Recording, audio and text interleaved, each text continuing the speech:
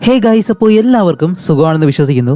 ഇന്ന് ഞാൻ നിങ്ങൾക്ക് വേണ്ടി കൊണ്ടുവന്നിരിക്കുന്ന മൂവി 2023 ഒരു ഹൊറർ മിസ്റ്ററി ത്രില്ലർ മൂവിയായിട്ട് പുറത്തിറങ്ങിയ അമേലിയാസ് ചിൽഡ്രൻ എന്ന് പറഞ്ഞൊരു മൂവിയാണ് നമ്മളിന്ന് എക്സ്പ്ലെയിൻ ചെയ്യാൻ പോകുന്നത്. ഇതൊരു സാധാരണ സിനിമയല്ല, പകരം ഈ സിനിമ കണ്ടു തുടങ്ങി ഇതിൻ്റെ ക്ലൈമാക്സിൽ എന്താണ് സംഭവിക്കുന്നതെന്ന് നിങ്ങൾ മനസ്സിലാക്കി കഴിഞ്ഞാൽ പിന്നെ ആ ഒരു കാര്യം നിങ്ങളുടെ മനസ്സിൽ നിന്ന് പോകാനായിട്ട് കുറച്ച് പാടായിരിക്കും. എന്തായാലും കുറച്ച് നേരത്തേക്ക് ഇതിലെന്താണ് സംഭവിച്ചതെന്ന് അറിയുമ്പോൾ അത് നിങ്ങളുടെ മനസ്സിൽ ഒരു വല്ലാത്ത ഫീലിംഗ് ആയിരിക്കും ഉണ്ടാക്കാൻ പോകുന്നത്. കുട്ടിക്കാലത്ത് തൻ്റെ അമ്മേനെ സഹോദരനെ നഷ്ടപ്പെട്ട നായകൻ അവൻ്റെ കാമുകിയെ കൂട്ടി തൻ്റെ ഗ്രാമത്തിലേക്ക് അമ്മേനെ സഹോദരനെ കാണാൻ വേണ്ടി പോകുന്നു. പക്ഷെ ആ ഒരു ഗ്രാമത്തിൽ ചെന്നതിന് ശേഷമാണ് അവർ മനസ്സിലാക്കുന്നത് അവൻ്റെ അമ്മ താമസിക്കുന്നത് ഒരു സാധാരണ വീടല്ലാന്നും ആ വീടിനുള്ളിൽ എന്തൊക്കെയോ രഹസ്യങ്ങളുണ്ടെന്നും ഇത്ര വർഷമായിട്ടും തൻ്റെ ഇരട്ട സഹോദരൻ ആ വീട്ടിൽ തന്നെ താമസിക്കുന്നത് എന്തുകൊണ്ടാണ്, കൂടാതെ ആ ഒരു ഗ്രാമത്തിലുള്ളവർ തന്നെ ഈ വീടിനെ ഒരുപാട് പേടിക്കുന്നുണ്ട്. അതിനുള്ള കാരണം എന്താണ്? ഇതിൻ്റെ എല്ലാ അവസാനമാണ് ഇന്ന് നമ്മൾ കാണാൻ പോകുന്ന ഈ ഒരു മൂവി. അപ്പോൾ ഒരു വ്യത്യസ്തമായിട്ടുള്ള ഹൊറർ മൂവിയിലേക്ക് നമുക്ക് എല്ലാവർക്കും പോവാം. അതിനു മുന്നേ നിങ്ങൾ ഈ ചാനൽ ആദ്യമായിട്ടാണ് കാണുന്നതെങ്കിൽ മറക്കാതെ സബ്സ്ക്രൈബ് ചെയ്ത് വെച്ചേക്കുക. അതേപോലെ നിങ്ങളുടെ സപ്പോർട്ടായിട്ടുള്ള ഒരു ലൈക്കും. ഇത്ര മാത്രമേ ഉള്ളൂ. അപ്പോൾ അധികം താമസിക്കാതെ നമുക്ക് എന്തായാലും നേരെ സ്റ്റോറിയിലേക്ക് പോവാം. ഈ കഥ തുടങ്ങുന്നത് ഒരു പഴയ ഗ്രാമത്തിൽ നിന്നാണ്. കാടിനുള്ളിലെ ഒരു വലിയ ബംഗ്ലാവ്, അതിനുള്ളിൽ തനിച്ച് താമസിക്കുന്ന ഒരു സ്ത്രീ. ഇവരുടെ പേരാണ് അമേലിയ. ഇപ്പോൾ തൻ്റെ ഇരട്ടക്കുട്ടികളിൽ 2 കുട്ടികളായിട്ടുള്ള ഒരാൾക്ക് പാല് കൊടുക്കാൻ വേണ്ടി ആ കുട്ടിക്ക് വേണ്ടിയിട്ടുള്ള പാല് കുപ്പിയിലാക്കി ആ പാലിനോടൊപ്പം തന്നെ എന്തോ ഒരു തുള്ളി മരുന്ന് അതിലേക്ക് ഒഴിക്കുന്നുണ്ട്. അത് കഴിഞ്ഞ് ആ ഒരു കുഞ്ഞിനെ എടുത്ത് അവിടെ നിന്ന് നേരെ അടുത്തൊരു മുറിയിലേക്ക് പോകുന്നു. അവിടെ കൊണ്ടുവന്ന ആ ഒരു കുഞ്ഞിനെ കിടത്തിയിട്ട് ഇപ്പോൾ രണ്ടാമത്തെ കുട്ടിയെ എടുത്ത് അതിനും പാല് കൊടുക്കാൻ വേണ്ടി മറ്റൊരു മുറിയിലേക്ക് നടന്നു പോകുന്നു. അങ്ങനെ പോകുമ്പോഴാണ് ഈ വീടിനുള്ളിൽ ഒളിച്ചു നിൽക്കുന്ന 2 പേര്. അതിലൊരാളാണെങ്കിലോ മുറിക്കുള്ളിലേക്ക് കിടത്തിയിരിക്കുന്ന ആ ഒരു കുഞ്ഞിനെ അമേലിയ അറിയാതെ പതിയെ വന്ന ആ ഒരു കുഞ്ഞിനെ എടുത്ത് നേരെ വെളിയിലേക്ക് പോകുന്നു. എന്നിട്ട് വെളിയിൽ പാർക്ക് ചെയ്തിരിക്കുന്ന തൻ്റെ കാറിലേക്ക് കയറി ആ കുഞ്ഞിനെ അവിടെ സേഫായിട്ട് കിടത്തും. ഇതറിയാതെ അമേലിയ രണ്ടാമത്തെ ആ ഒരു കുഞ്ഞിനെയും ഉറക്കി കിടത്തി ആ ഒരു മുറിയിൽ നിന്നും വെളിയിലേക്ക് പോകുമ്പോഴത്തേക്കാണ് ഒളിച്ചു നിന്ന രണ്ടാമത്തെ ആള് പതിയെ വന്ന ആ ഒരു കുഞ്ഞിനെ എടുക്കുന്നു, അമേലിയ അറിയാതെ. എന്നിട്ട് ആ ഒരു കുഞ്ഞിനെ കൊണ്ട് അവിടെ നിന്നും പെട്ടെന്ന് വെളിയിലേക്ക് പോകുന്നതും അമേലിയ വെളിയിൽ നോക്കുമ്പോൾ പോകാനായിട്ട് തയ്യാറായിട്ട് കിടക്കുന്ന ആ ഒരു കാർ അവൾ കാണുന്നതും തൻ്റെ കുഞ്ഞ് കരയുന്ന ആ ഒരു ശബ്ദം കേട്ട് അമേലിയ തിരിഞ്ഞു നോക്കുമ്പോൾ ആ ഒരാൾ അപ്പം തന്നെ കുഞ്ഞിനെയും കൊണ്ട് താഴേക്ക് ഓടുകയാണ്. അമേലിയയും അയാളുടെ പിറകെ തന്നെ ഓടി വരുന്നുണ്ട്.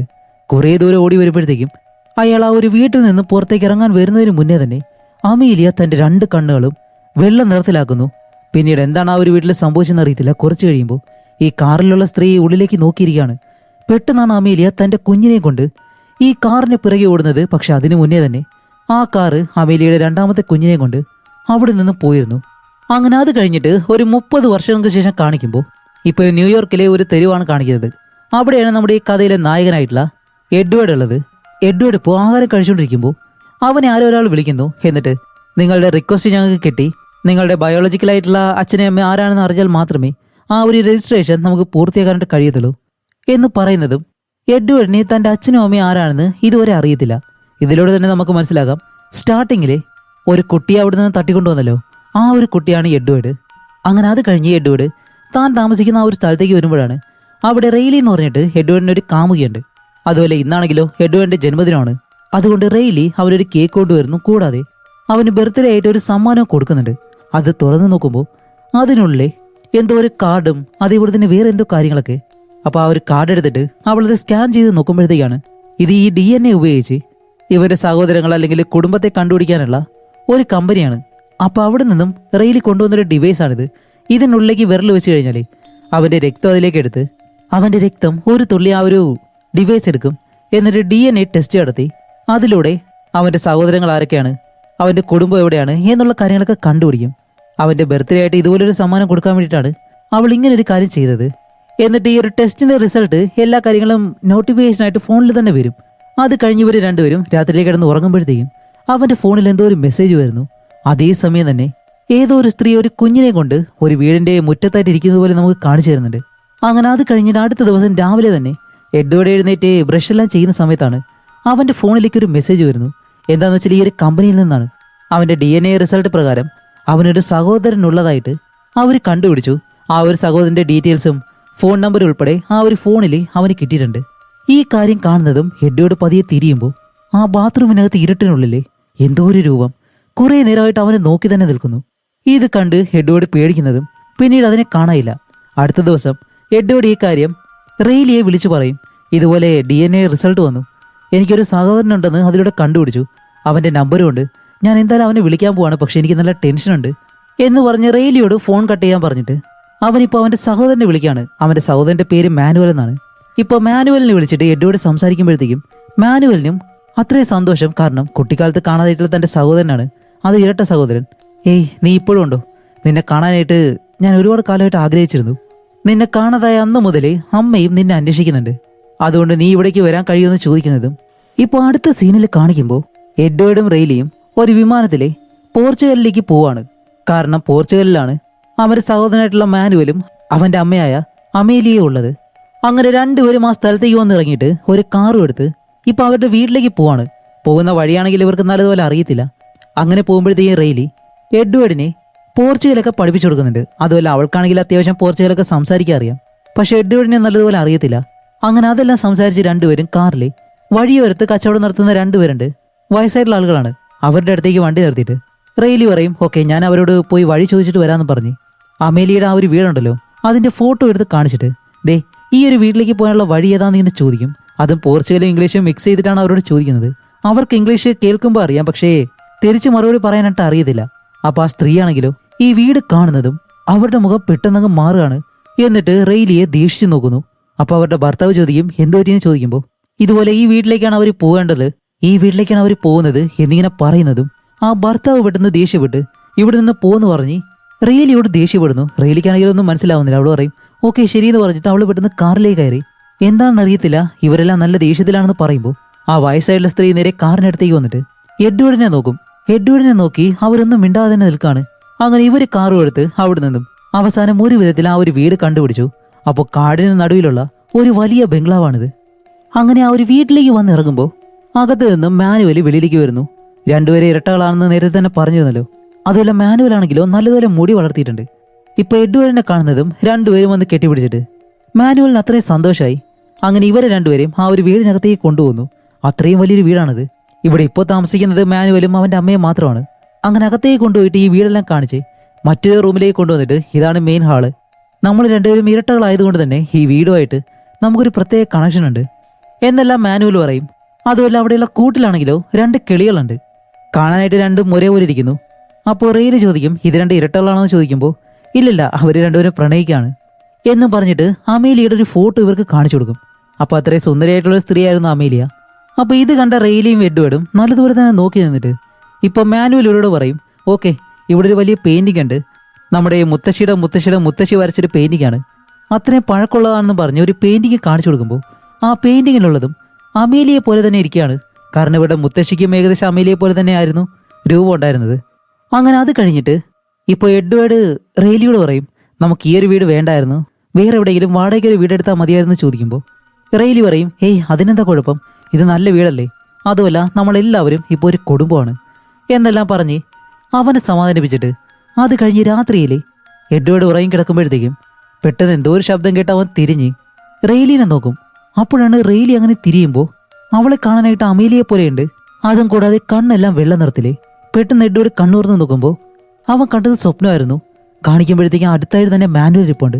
എന്നിട്ടാണ് എഡ്വേർഡിനെ വിളിച്ചിട്ട് നമ്മുടെ അമ്മ ഇവിടെ തന്നെയുണ്ട്, നിനക്ക് കാണണ്ടേ എന്ന് പറഞ്ഞ് നമ്മുടെ എഡ്വേർഡിനെ വിളിച്ച് അവൻ്റെ അമ്മയെ കാണാൻ വേണ്ടി കൊണ്ടുപോവാണ്. അപ്പോൾ ഈ ഒരു വീട്ടിൽ തന്നെയാണ് അവൻ്റെ അമ്മയുള്ളത്.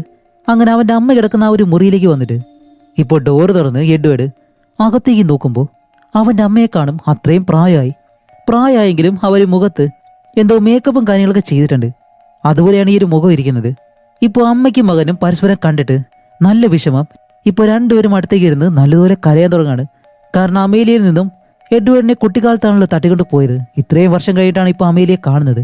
ആ ഒരു വിഷമം രണ്ടുപേർക്കും ഉണ്ട്. അങ്ങനെ ആ ഒരു രാത്രി മുഴുവനായിട്ടും എഡ്വേർഡ് അവിടെ തന്നെ ഇരുന്ന് സംസാരിക്കുകയാണ്. ഇപ്പൊ അത് കഴിഞ്ഞ് അടുത്ത ദിവസം ആകുമ്പോൾ റെയിലി കണ്ണു തുറക്കുന്നതും എഡ്വേർഡ് തന്റെ അമ്മയെ ഇന്നലെ രാത്രി പോയി കണ്ടെന്നുള്ള കാര്യം റെയിലിയോട് പറയും. അപ്പോൾ റെയിലി ഹേയ് അതെങ്ങനെയുണ്ടായിരുന്നു ചോദിക്കുമ്പോൾ നല്ലൊരു മൊമെന്റ് ആയിരുന്നു, പക്ഷെ അമ്മയുടെ മുഖത്ത് ഒരുപാട് മേക്കപ്പ് എല്ലാം ചെയ്തതുപോലെ എന്നെല്ലാം എഡ്വേർഡ് പറയുന്നുണ്ട്. അങ്ങനെ അത് കഴിഞ്ഞിട്ട് ഇപ്പോൾ റെയിലി ആ ഒരു കിളികളുടെ ചിത്രം തന്റെ ഐപാഡിൽ വരച്ചുകൊണ്ടിരിക്കുകയാണ്. ആ സമയം അമേലിയ ഉണ്ടല്ലോ അവര് റെയിലിയുടെ പിറകെ വരും. എന്നിട്ട് അടുത്തേക്ക് വന്ന് ഈ ഒരു ചിത്രം വരയ്ക്കുന്നത് കണ്ടിട്ട് പെട്ടെന്ന് അവളുടെ ദേഹത്ത് തൊടുമ്പോഴത്തേക്കും റെയിലി അങ്ങ് പേടിച്ചു പോവും. അപ്പോൾ സോറി പറഞ്ഞിട്ട് ഏയ് നീ നല്ലതുപോലെ ചിത്രം വരയ്ക്കുന്നുണ്ടല്ലോ, നിനക്ക് നല്ല കഴിവുണ്ട് എന്ന് പറഞ്ഞ് റെയിലിയോട് സംസാരിക്കും. എന്നിട്ട് പറയുന്നുണ്ട്, ഇവിടെ നിന്ന് പോകുന്നതിന് മുന്നേ എൻ്റെ ഒരു ചിത്രം കൂടി നീ വരയ്ക്കണം എന്നെല്ലാം പറഞ്ഞ് ഇപ്പോൾ റെയിലി എവിടെ നിന്നാണ് വരുന്നത്, അവൾ താമസിക്കുന്നത് എവിടെയാണ് എന്നുള്ള കാര്യങ്ങളൊക്കെ ചോദിച്ചിട്ട് അമേലിയയും അമേരിക്കയിൽ താമസിച്ചിട്ടുണ്ട്, അതും കുറേ കാലം. പക്ഷെ എനിക്ക് ആ ഒരു രാജ്യം അത്ര ഇഷ്ടമല്ലായിരുന്നു എന്നെല്ലാം പറയുമ്പോൾ അപ്പോൾ റെയിലി പറയും, സോറി, ഈ രണ്ട് രാജ്യങ്ങളെ തമ്മിൽ താരതമ്യം ചെയ്യാനായിട്ട് എനിക്ക് താല്പര്യമില്ല. പക്ഷെ നിങ്ങളുടെ ഈ ഒരു ഗ്രാമവും മനോഹരമാണ്. അപ്പോഴാണ് അമേലിയ പതിയെ ഈ സംസാരം വേറെ എന്തിലേക്കോ മാറ്റുന്നു. ഈ മാജിക്കിനെ പറ്റിയും ശാസ്ത്രത്തെ പറ്റിയും ഒരുപാട് കാര്യങ്ങൾ സംസാരിച്ചിട്ട് റെയിലി അങ്ങനെ നോക്കുമ്പോഴത്തേക്കും റെയിലിക്ക് എന്തോ വിചിത്രമായിട്ട് തോന്നി. അവൾ പറയും, ഞാൻ എന്തായാലും മെഡുവിൻ്റെ അടുത്തേക്ക് പോവാണ്, നമുക്ക് പിന്നീട് സംസാരിക്കാമെന്നും പറഞ്ഞ് റെയിലി അവിടെ നിന്ന് എഴുന്നേറ്റ് അങ്ങ് പോവും. റെയിലി എഴുന്നേറ്റ് പോകുന്നതും അമേലിയ ആ ഒരു കിളികളെ നോക്കിയിട്ട് ശബ്ദം ഉണ്ടാക്കുന്നുണ്ട്. അങ്ങനെ അത് കഴിഞ്ഞിട്ട് ഇപ്പോൾ രാത്രിയിൽ കാണിക്കുമ്പോൾ മാനുവൽ ഉണ്ടല്ലോ, അവൻ്റെ അമ്മയായിട്ടുള്ള അമേലിയോടൊപ്പമാണ് കിടന്നുറങ്ങുന്നത് തന്നെ. അതുമല്ല, ഇവർ രണ്ടുപേരും എന്തോ ഒരു കാര്യം സംസാരിക്കുന്നു, അതും പോർച്ചുഗലിലാണ്. ഇപ്പം അമേലിയ ചോദിക്കുന്നത്, നിനക്ക് നല്ല വിഷമമുണ്ടോ? മാനുവൽ ചോദിക്കും, എന്തിന്? ഇല്ല, റെയിലി നല്ല സുന്ദരിയായിട്ടുള്ളൊരു പെൺകുട്ടിയാണല്ലേ. അപ്പോൾ മാനുവൽ പറയും, പക്ഷെ അമ്മയുടെ അത്രയും സുന്ദരി ഒരിക്കലും അവളല്ല, എനിക്കെപ്പോഴും അമ്മ തന്നെയാണ് സുന്ദരി എന്ന് പറയുന്നതും ഇവിടെ നമ്മുടെ റെയിലി ബാത്റൂമിൽ പോയിട്ട് ഇപ്പം അവിടെ നിന്ന് തിരിച്ച് വെളിയിലേക്ക് വരുമ്പോൾ ഇവർ രണ്ടുപേരും സംസാരിക്കുന്ന ആ ഒരു ശബ്ദം കേൾക്കും. അപ്പോൾ രണ്ടുപേരും എന്താണ് സംസാരിക്കുന്നതെന്ന് അറിയാൻ വേണ്ടി അവൾ പതിയെ നടന്ന് ആ ഒരു ഡോറിനടുത്തേക്ക് വന്നിട്ട് അവളുടെ ഫോൺ എടുത്ത് ഈ ട്രാൻസ്ലേറ്റർ ഉണ്ടല്ലോ അത് വെച്ചിട്ട് ഇവരെന്താണ് സംസാരിക്കുന്നതെന്ന് അങ്ങനെ റെക്കോർഡ് ചെയ്യും. റെക്കോർഡ് ചെയ്യുമ്പോഴത്തേക്ക് അവർ പറയുന്നത്, നിനക്ക് കുട്ടികൾ ഉണ്ടാക്കാൻ കഴിയുമെങ്കിൽ നീ ആയിരിക്കും ഞാൻ തിരഞ്ഞെടുക്കുന്ന എൻ്റെ മകൻ, ഇനിയും ചെറുപ്പമാകുന്നതുവരെ എനിക്ക് കാത്തിരിക്കാൻ കഴിയില്ല. എന്നിട്ട് അവർ പെട്ടെന്ന് ഷ് എന്നിങ്ങനെ ശബ്ദം ഉണ്ടാക്കിയിട്ട്, ഹേയ് അവളത് ശ്രദ്ധിക്കുന്നുവെന്ന് തോന്നുന്നു എന്ന് പറയുന്നതും റെയിലിക്ക് എന്തോ മനസ്സിലായി, അവർ മനസ്സിലാക്കിയെന്ന്. അതുകൊണ്ട് റെയിലി പെട്ടെന്ന് അവളുടെ റൂമിലേക്ക് പോകും. എന്നിട്ട് നമ്മുടെ എഡ്വേർഡിനെ കണ്ട് അവനുമായിട്ട് കിടക്കുമ്പോഴത്തേക്കും റെയിലി ഈ ഒരു കാര്യം പറയുന്നുണ്ട്, നിങ്ങളുടെ സഹോദരൻ മാനുവലും നിങ്ങളുടെ അമ്മയും ഒരുമിച്ചാണ് കിടക്കുന്നത്. അപ്പോൾ എഡ്വേർഡ് പറയും, അല്ല അതെങ്ങനെ ശരിയാവും? അതെ, അതുമല്ല അവരെന്തൊക്കെയോ പറയുന്നത് ഞാൻ കേട്ടിരുന്നു എന്നും പറഞ്ഞിട്ട് ഇപ്പം അത് കഴിഞ്ഞ് അടുത്ത ദിവസം ആവുന്നതും റെയിലി ഈ വീട്ടിലെ യോഗയും കാര്യങ്ങളൊക്കെ ചെയ്യാണ് രാവിലെ തന്നെ. ഇത് കാണുന്ന അമേലിയാണെങ്കിലോ അവളെ തന്നെ സൂക്ഷിച്ചു നോക്കുന്നുണ്ട്, എന്തോ അവളെ ആകർഷിക്കുന്നത് പോലെ. എന്നിട്ട് ഭയങ്കര വിയേർഡായിട്ടുള്ള ഒരു ചിരിയും ചിരിക്കുന്നു. എന്തുകൊണ്ടാണെന്ന് നമുക്ക് ഇപ്പോഴും അറിയത്തില്ല. അങ്ങനെ പിന്നീട് കാണിക്കുമ്പോഴത്തേക്കാണ് എഡ്വേർഡ് വീടിന് താഴേക്കിറങ്ങി വരുമ്പോൾ അമേലിയുടെ അടുത്ത് രണ്ട് വക്കീലിരിക്കുകയാണ്. എഡ്വേർഡ് വന്നിട്ട് കാര്യം എന്താണെന്ന് തിരക്കുമ്പോഴത്തേക്കാണ് അമേലിയുടെ സ്വത്തുകളുണ്ടല്ലോ അത് തൻ്റെ രണ്ട് മക്കൾക്കായിട്ടും വീതിച്ച് ഭാഗം വയ്ക്കാൻ പോകുന്നു. അതിനു വേണ്ടിയിട്ട് നമ്മുടെ എഡ്വേർഡിൻ്റെ ഒപ്പ് ഇവർക്ക് ആവശ്യമാണ്. അപ്പോൾ ആ ഒരു ഡീറ്റെയിൽസ് എടുക്കാൻ വേണ്ടിയിട്ടാണ് ഇവർ രണ്ടുപേരും വന്നത്. അപ്പോൾ എഡ്വേർഡ് പറയും, എനിക്ക് പോർച്ചുഗൽ അറിയത്തില്ല എന്ന് പറയുമ്പോൾ അത് കുഴപ്പമില്ല, ഒരു 1-2 മാസം ഇവിടെ താമസിച്ചാൽ മതി, ബാക്കി കാര്യങ്ങളെല്ലാം ഞങ്ങൾ നോക്കിക്കൊള്ളാമെന്നും പറഞ്ഞ് എഡ്വേർഡ് അവസാനം ആ ഒരു പേപ്പറിലെല്ലാം സൈൻ ചെയ്ത് കൊടുക്കുന്നുണ്ട്. അതേസമയം റെയിലി തൻ്റെ സുഹൃത്തിനെ വിളിച്ചിട്ട് ഈ വീട്ടിൽ നടക്കുന്ന കാര്യങ്ങളൊക്കെ ഉണ്ടല്ലോ അവൾ ഇവിടേക്ക് വന്നു. എഡ്വേർഡിൻ്റെ സഹോദരനായിട്ടുള്ള മാനുവലിനെയും അവൻ്റെ അമ്മ അമേലിയെ കണ്ടുവെന്നും ഇവിടെ നടക്കുന്ന കാര്യങ്ങളെല്ലാം കുറച്ച് വിചിത്രമായിട്ടുള്ള കാര്യങ്ങളാണ് എന്നൊക്കെ പറഞ്ഞിട്ട് ഈ സുഹൃത്തിനോട് സംസാരിച്ച് അടുത്തൊരു വലിയ പെട്ടിയുണ്ട്, അതിനടുത്തേക്ക് വന്നിട്ട് ആ ഒരു പെട്ടി തുറന്നു നോക്കും. അങ്ങനെ തുറന്നു നോക്കുമ്പോഴാണ് ആ പെട്ടിക്കുള്ളിൽ വർഷങ്ങളായിട്ട് ഈ ഒരു കുടുംബത്തിലെ ഓരോ ആളുകളുടെ എടുത്ത ഫോട്ടോസ് ഉണ്ട്. അങ്ങനെ ഒരു ഫോട്ടോ എടുത്ത് നോക്കുമ്പോഴത്തേക്കാണ് നൂറ്റാണ്ടുകൾക്ക് മുന്നേ തന്നെ അമേലിയെ പോലെയുള്ള ഒരു പെൺകുട്ടി ഈ ഫോട്ടോയിലുണ്ട്. ഇപ്പോൾ 1-2 പേരോ മുഖസാദൃശ്യം ഏകദേശം വന്നു കഴിഞ്ഞാൽ പിന്നെയും പറയാം. പക്ഷേ നൂറ്റാണ്ടുകൾക്ക് മുന്നേ ഉള്ള ഫോട്ടോയിലും അമേലിയെ പോലെ തന്നെ ഒരു സ്ത്രീ ഉണ്ടെന്നുണ്ടെങ്കിൽ ഇത് റെയിലി കാണുന്നതും പെട്ടെന്ന് മാനുവൽ അവിടേക്ക് വന്നിട്ട് നീ അവിടെ എന്താ ചെയ്യുന്നതെന്ന് ചോദിക്കുമ്പോൾ റെയിലി പെട്ടെന്ന് ആ ഒരു ബോക്സ് അടച്ചിട്ട് സോറി എന്നിങ്ങനെ പറയും. അപ്പോൾ മാനുവല് അവളോടൊന്നും മിണ്ടാതെ അവിടെ നിന്ന് നടന്നങ്ങ് പോവും. അങ്ങനെ അത് കഴിഞ്ഞ് വീണ്ടും രാത്രിയിലെ മാനുവൽ ഉണ്ടല്ലോ അവനിപ്പോൾ വീടിന് വെളിയിലേക്ക് ഇറങ്ങിയിട്ട് അടുത്തുള്ള ആ ഒരു മലയുടെ മുകളിലേക്ക് പോയി പ്രത്യേക തരത്തിലുള്ള എന്തോ ഒരു പാട്ടൊക്കെ പാടുന്നു. എന്തുകൊണ്ടാണെന്ന് അറിയത്തില്ല. ഇവിടെ നമ്മുടെ റെയിലിയെ കാണിക്കുമ്പോഴാണ് രാത്രിയിൽ അടുത്തുള്ള മുറിയിൽ എന്തോ ഒരു ശബ്ദം കേൾക്കുന്നു. റെയിലി ആ ഒരു ശബ്ദം കേട്ട് പതിയെ എഴുന്നേറ്റ് വെളിയിലേക്ക് വന്ന് നോക്കുമ്പോൾ വേറെ ഏതൊരു രൂപം അടുത്തൊരു മുറിയിലേക്ക് പോകുന്നത് കാണും. അപ്പോൾ റെയിലി ആ ഒരു രൂപത്തിന് പിറകെ തന്നെ പോകുന്നുണ്ട്. കുറേ ദൂരം ചെല്ലുമ്പോഴത്തേക്കും അത് അടുത്തൊരു മുറിക്കകത്തേക്കായിരുന്നു. ആ മുറിക്കകത്താണെങ്കിലോ ഒരു കുഞ്ഞ് കരയുന്ന ശബ്ദവും കേൾക്കുന്നുണ്ട്. അങ്ങനെ റെയിലി പതിയെ നടന്ന് ആ റൂമിനടുത്തേക്ക് വന്നിട്ട് അതിന്റെ ഡോർ തുറന്ന് നോക്കുന്നതും ഉള്ളിൽ കുഞ്ഞിനെ കാണുന്നില്ല. പക്ഷേ റെയിലി അങ്ങ് പേടിച്ച് കണ്ണുറങ്ങും.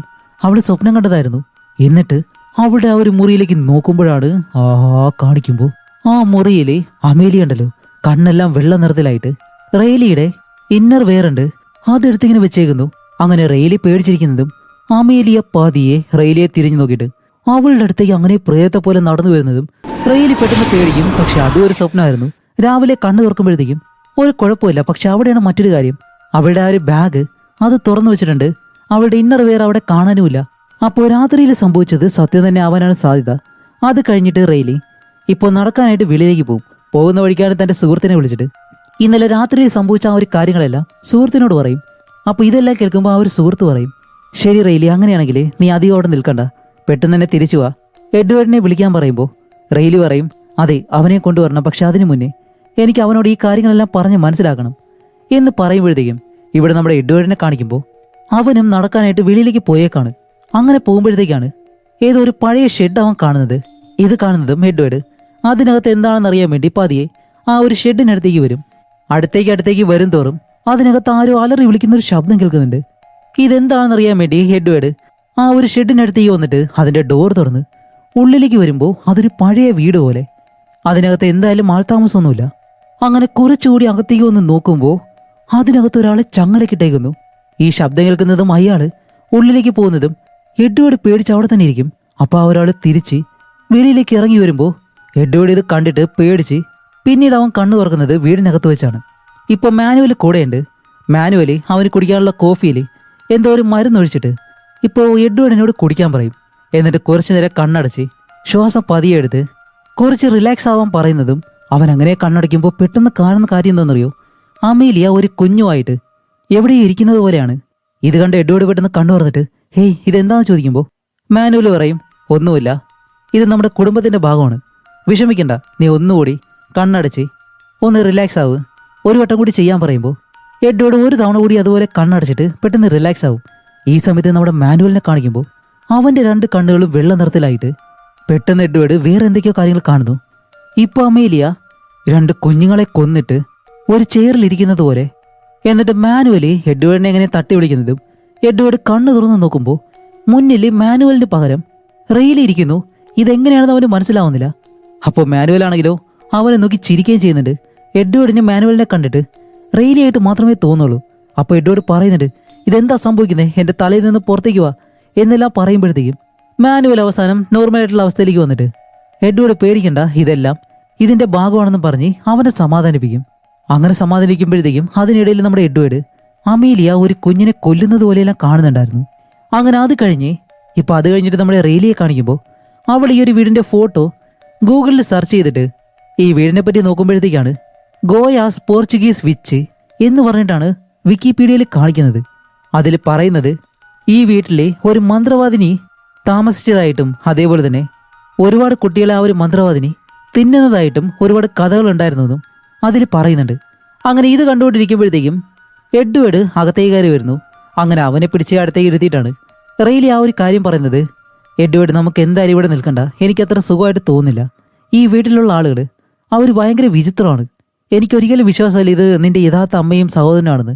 അതുകൊണ്ട് നമുക്ക് ഇവിടെ നിന്ന് പോയാലോ, അല്ലാന്നുണ്ടെങ്കിൽ വേറെ എങ്ങോട്ടെങ്കിലും കുറച്ച് ദിവസത്തേക്കൊന്ന് മാറി നിൽക്കാം എന്ന് പറയുമ്പോഴത്തേക്കും എഡ്വേർഡിന്റെ രീതിയെല്ലാം പെട്ടെന്ന് മാറിയിട്ട് അവൻ റെയ്ലിയെ ഭയങ്കരമായിട്ട് മോശമായിട്ടുള്ള രീതിയിൽ സംസാരിക്കാൻ തുടങ്ങും.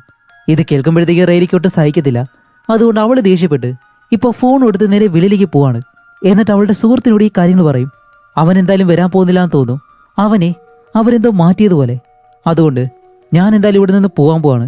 കൂടാതെ ഈ ഒരു വീടിനെ പറ്റി ഞാൻ അന്വേഷിച്ചപ്പോൾ ഇതൊരു പോർച്ചുഗീസ് മന്ത്രവാദിനിയുടെ വീടാണെന്നെല്ലാം ഗൂഗിളിൽ കാണിച്ചിരുന്നു എന്നെല്ലാം പറയുമ്പോഴത്തേക്ക് ആ ഒരു സുഹൃത്ത് പറയും, ശരി അങ്ങനെയാണെങ്കിൽ നീ ഇനി അധികം നേരം അവിടെ നിൽക്കണ്ട, പെട്ടെന്ന് തന്നെ തിരിച്ചു വരാൻ പറയുന്നതും റെയിലിൽ നടന്ന അവസാനം ആ ഒരു റോഡിലേക്ക് എത്തും.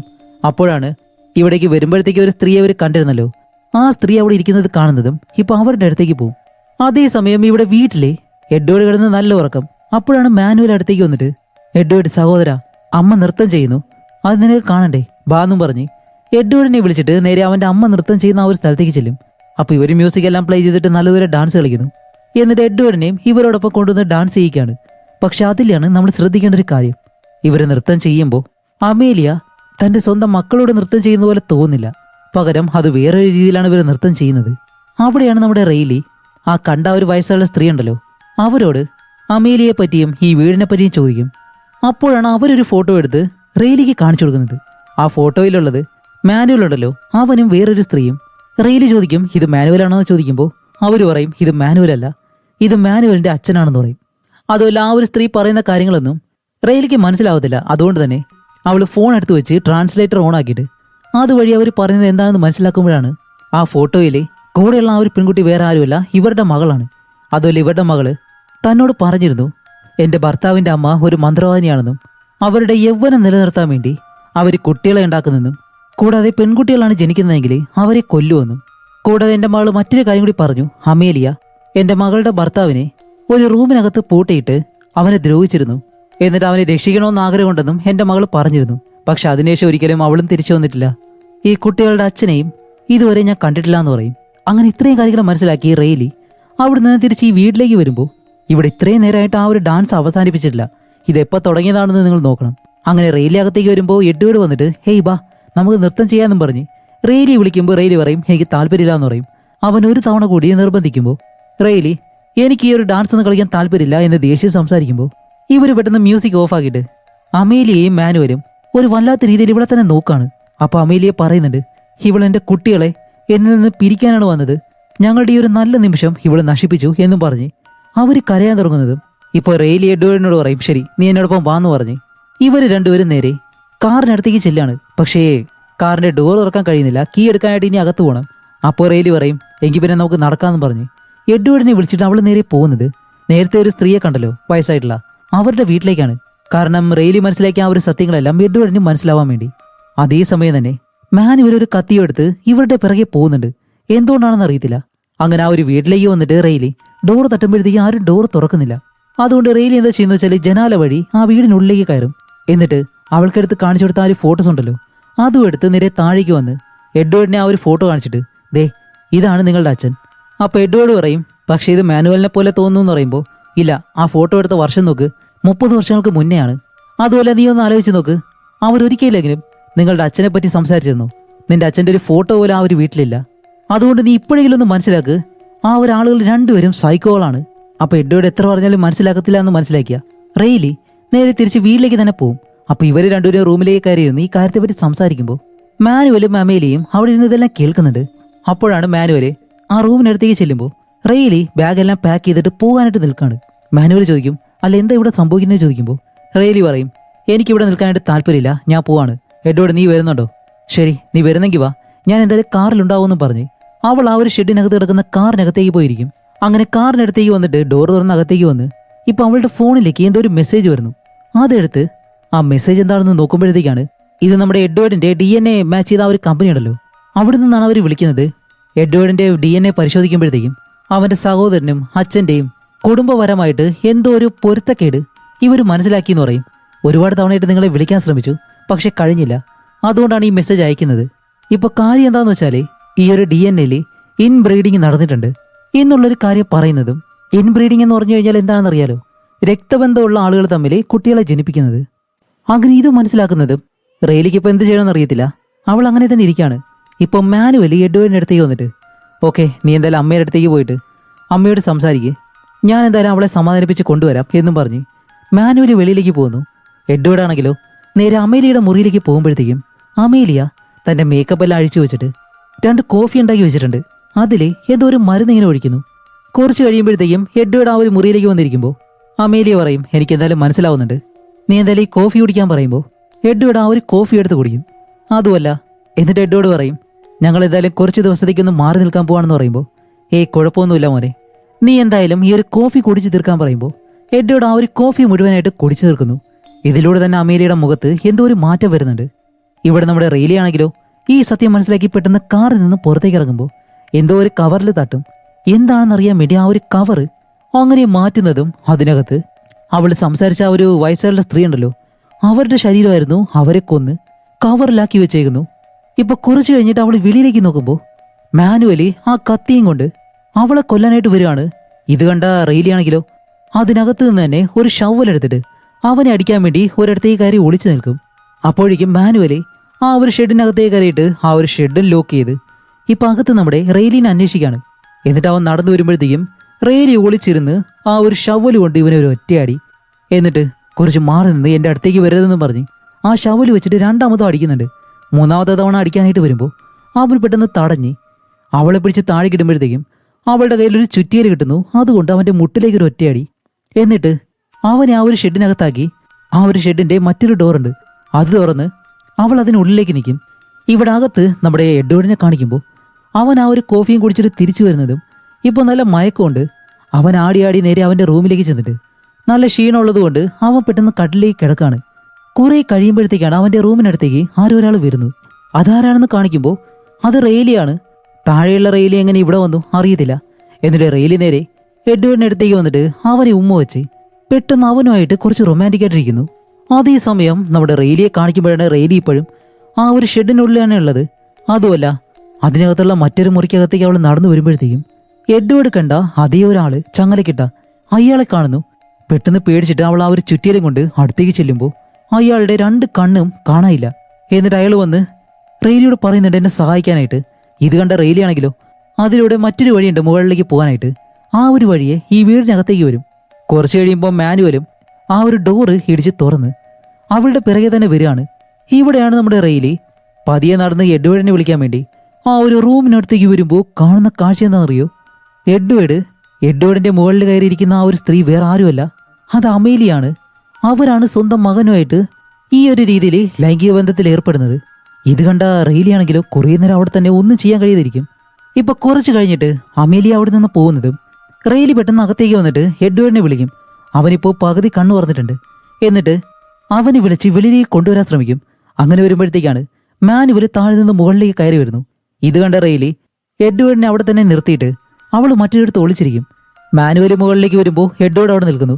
ഇത് കണ്ട മാനുവൽ ഓടി എഡ്വേർഡിന്റെ അടുത്തേക്ക് വന്നിട്ട് അവനോട് സംസാരിക്കാൻ ശ്രമിക്കുമ്പോൾ ഒളിച്ചു നിന്ന റെയിലി ഉണ്ടല്ലോ ഓടി വന്നിട്ട് അവനൊരു ഒറ്റ തള്ള് അവൻ മുകളിൽ നിന്ന് നേരെ താഴേക്ക് വീണ് തലയിടിച്ച് അവൻ താഴെ കിടക്കാണ്. രക്തം ഒരുപാട് പോകുന്നുണ്ട്. എന്നിട്ട് നമ്മുടെ എഡ്വേർഡിനെ വിളിച്ച് നേരെ താഴേക്ക് ഇറങ്ങുമ്പോഴത്തേക്കും ആ ഒരു പടിയിലൂടെ ഇറങ്ങുമ്പോൾ ഇവരുടെ കാല് സ്ലിപ്പായിട്ട് 2 പേര് ഉരുണ്ട് നേരെ താഴേക്ക് വീഴും. അങ്ങനെ താഴേക്ക് വീഴുമ്പോഴാണ് അമേലിയ അവൾ ഓടി മാനുവലിന്റെ അടുത്തേക്ക് വന്നിട്ട് മൈ ലവ് നിനക്ക് എന്താ പറ്റിയെന്നല്ലേ ഇങ്ങനെ ചോദിക്കുന്നുണ്ട്. അപ്പോൾ നമ്മുടെ റെയിലിയോടെ നിൽക്കുന്നത് കാണുന്നതും അമേലിയ മാനുവലിന്റെ കയ്യിൽ നിന്ന് ആ ഒരു കത്തിയെടുത്ത് റെയിലിയെ കുത്താനായിട്ട് ഓടി വരുന്നു. എന്നിട്ട് റെയിലി അടിച്ച് താഴേക്കിട്ട് അവളുടെ മുകളിൽ കയറി ഇരുന്ന് റെയിലിയെ കൊല്ലാൻ ശ്രമിക്കുകയാണ്. എഡ്വേർഡിനാണെങ്കിലോ ഇതൊന്നും കണ്ടിട്ടും ഒന്നും ചെയ്യാനും കഴിയുന്നില്ല. അവൻ ആ ഒരു മയക്കത്തിൽ തന്നെ കിടക്കുന്നു. അപ്പൊ അമേലിയാണെങ്കിലോ റെയിലിയെ ഒരു കുത്തും കുത്തുന്നുണ്ട്. അടുത്ത കുത്തില് റെയിലി പെട്ടെന്ന് ആ ഒരു കത്തിയിലേക്ക് കയറി അങ്ങ് പിടിക്കും. അപ്പൊ അമേലിയാണെങ്കിലോ താഴോട്ട് കുത്തി കുത്തി കുത്തി അവളുടെ കണ്ണിലേക്ക് കുത്താനായിട്ട് വരുന്നതും ഇപ്പൊ ഈ ഒരു റൂമിന് വെളിയിൽ ആരോ ഒരാള് ഒളിച്ചു നിൽക്കുന്നുണ്ടായിരുന്നു. അയാൾ പെട്ടെന്ന് അകത്തേക്ക് കയറി വന്ന് അമേലിയെ പിടിച്ച് താഴേക്കിടും. എന്നിട്ട് അമേലിയെ കഴുത്ത് ഞെരിച്ച് കൊല്ലാനായിട്ട് ശ്രമിക്കുമ്പോൾ അത് വേറെ ആരുമല്ല, ആ വീടിനകത്ത് പൂട്ടിയിട്ടിരുന്ന ഒരാളുണ്ടല്ലോ അയാളായിരുന്നു. ഇപ്പൊ അമേലിയെ പിടിച്ച ആ ഒരാളെ അമേലിയ തന്റെ കയ്യിലുള്ള ആ ഒരു കത്തി ഉപയോഗിച്ചിട്ട് ഒരുപാട് തവണ കുത്തി കുത്തി അയാളെ അങ്ങ് കൊല്ലും. ഇപ്പൊ ഈ ഗ്യാപ്പില് റെയിലി ഉണ്ടല്ലോ റെയിലി എഡ്വേർഡിനെ വിളിച്ചിട്ട് ഇവര് രണ്ടുപേരും പെട്ടെന്ന് വെളിയിലേക്ക് ഇറങ്ങി അവരുടെ കാറും എടുത്ത് ഇവിടുന്ന് രക്ഷപ്പെട്ട് അങ്ങ് പോകുന്നുണ്ട്. എന്തായാലും അവർക്ക് രണ്ടുപേർക്കും വേറെ കുഴപ്പമൊന്നുമില്ല. റെയിലിക്ക് ആ ഒരു മുറിവ് മാത്രമേ സംഭവിച്ചിട്ടുള്ളൂ. അങ്ങനെ ഇവര് രണ്ടുപേരും രക്ഷപ്പെട്ട് പോകുന്നതും ഇപ്പൊ ഇവിടെ വീട്ടിൽ കാണിക്കുമ്പോൾ അമേലിയ അവിടെ തന്നെ കിടക്കുന്നു. മാനുവലിനെ നോക്കുമ്പോഴത്തേക്കും അവൻ ഇപ്പോഴും മരിച്ചിട്ടില്ല. അവൻ പതിയെ തലവൊക്കി നോക്കുന്നുണ്ട്. എന്നിട്ട് മമ്മി എന്ന് വിളിക്കുന്നതും ഇപ്പൊ അത് കഴിഞ്ഞ് അടുത്ത സീനിൽ കാണിക്കുമ്പോൾ അമേലിയ ഒരു കുഞ്ഞിനെയും പിടിച്ചിട്ട് ആ കുഞ്ഞിനെ കൊണ്ടുവന്ന് കിടത്തി അവളിപ്പോ ചെറുപ്പമായിട്ട് തന്നെ നിൽക്കാണ്. അതുപോലെ അവളോടൊപ്പം ഇപ്പോൾ നൃത്തം ചെയ്യുന്നത് വേറെ ആരുമല്ല, മാനുവല്. അപ്പൊ അമേലിയയും മരിച്ചിട്ടില്ല, മാനുവലും മരിച്ചിട്ടില്ല. ഇതോടെ ഈ മൂവിയും ഇവിടെ വെച്ച് അവസാനിക്കുകയാണ്. ഇപ്പൊ എന്താണ് ഈ മൂവിയിൽ സംഭവിച്ചത് എന്ന് നിങ്ങൾ ചിന്തിക്കുന്നുണ്ടെങ്കിൽ എന്താണെന്ന് പറഞ്ഞുതരാം. സത്യത്തിൽ അമേലിയ എന്ന് പറഞ്ഞ ആ ഒരു സ്ത്രീ ഒരു മന്ത്രവാദിനിയാണ്. നൂറ്റാണ്ടുകളോളം അവൾ ചെറുപ്പമായിട്ട് തന്നെ ജീവിക്കുമായിരുന്നു, അതും ഒരു പ്രത്യേകതരം മന്ത്രവാദത്തിലൂടെ. പക്ഷെ അതാണ് കുറച്ച് വിയേഡായിട്ടുള്ള ഒരു കാര്യം. എന്താണെന്ന് വെച്ചാൽ അമേലിയയ്ക്ക് ചെറുപ്പമായിട്ട് നിൽക്കണമെന്നുണ്ടെങ്കിൽ തൻ്റെ സ്വന്തം രക്തബന്ധത്തിലൂടെ കുട്ടികളെ ഉണ്ടാക്കണം. ഈ ഷെഡിനകത്ത് പൂട്ടിയിട്ടിരുന്ന ഒരാളുണ്ടല്ലോ ചങ്ങലയെല്ലാം ഇട്ട അയാൾ വേറെ ആരുമല്ല, റെയിലിയുടെ അമ്മ പറഞ്ഞല്ലോ എഡ്വേർഡിന്റെ മാനുവലിന്റെ അച്ഛനാണ് ഈ ഫോട്ടോയിൽ കാണുന്നതെന്ന്. ആ ഫോട്ടോയിൽ കണ്ട അതേ ആളെയാണ് അവിടെ ചങ്ങലക്കിട്ടിരുന്നത്. കൂടാതെ മറ്റൊരു കാര്യം കൂടി, അതേ ആള് തന്നെയാണ് അമേലിയയുടെ സ്വന്തം മകനും. എന്താണെന്നല്ലേ, അമേലിയയ്ക്ക് ചെറുപ്പം നിലനിർത്തണമെന്നുണ്ടെങ്കിൽ തൻ്റെ സ്വന്തം മക്കളിലൂടെ തന്നെ അവൾക്ക് വീണ്ടും കുട്ടികളെ ഉണ്ടാക്കണം. എന്താണെന്ന് വെച്ചാൽ സ്വന്തം മകൻ തന്നെ അമ്മയ്ക്ക് ഗർഭം ഉണ്ടാക്കി കൊടുക്കണം. അതിലൂടെ ഒരു കുട്ടി ജനിക്കുമ്പോൾ മാത്രമാണ് അമേലിയ വീണ്ടും യുവത്വമായിട്ട് മാറുന്നത്. ഒരുപക്ഷെ ആ ജനിക്കുന്ന കുട്ടി പെൺകുട്ടിയാണെങ്കിലോ ആ കുഞ്ഞിനെ അവൾ തിന്നുകയും വേണം.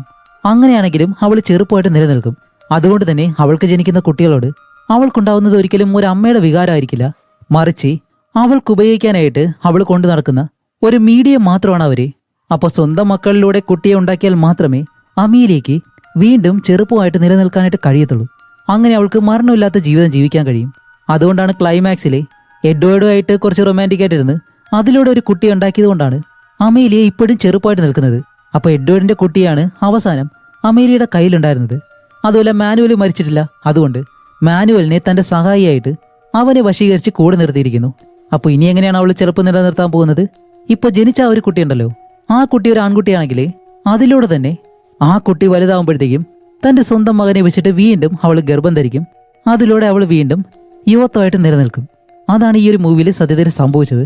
അപ്പൊ ഇതുപോലെ ഈ ഒരു കുട്ടികളെ യൂസ് ചെയ്യുന്നത് അറിഞ്ഞുകൊണ്ടാണ് സ്റ്റാർട്ടിംഗ് സീനിലെ മാനുവലിനെ എഡ്വേർഡിനെയും അവിടെ നിന്ന് കൊണ്ടുപോകാനായിട്ട് അവരുടെ യഥാർത്ഥ അച്ഛൻ ശ്രമിച്ചത്. പക്ഷെ നമ്മൾ കണ്ടല്ലോ, എഡ്വേർഡിനെ മാത്രമേ രക്ഷിക്കാൻ കഴിഞ്ഞുള്ളൂ. മാനുവൽ അവിടെ പെട്ടുപോയി. അങ്ങനെയാണ് മാനുവലിനെ കൺട്രോളിലാക്കിയിട്ട് അമേലിയ ഇത്രയും കാര്യങ്ങൾ ചെയ്തതും. ഇപ്പൊ ഈ മൂവിയിലെ എല്ലാ സംശയങ്ങളും നിങ്ങൾക്ക് മാറിയെന്ന് വിശ്വസിക്കുന്നു. അപ്പോൾ ഇതുപോലെ ഇൻട്രസ്റ്റിംഗ് ആയിട്ടുള്ള അടുത്തൊരു നല്ല മൂവിയായിട്ട്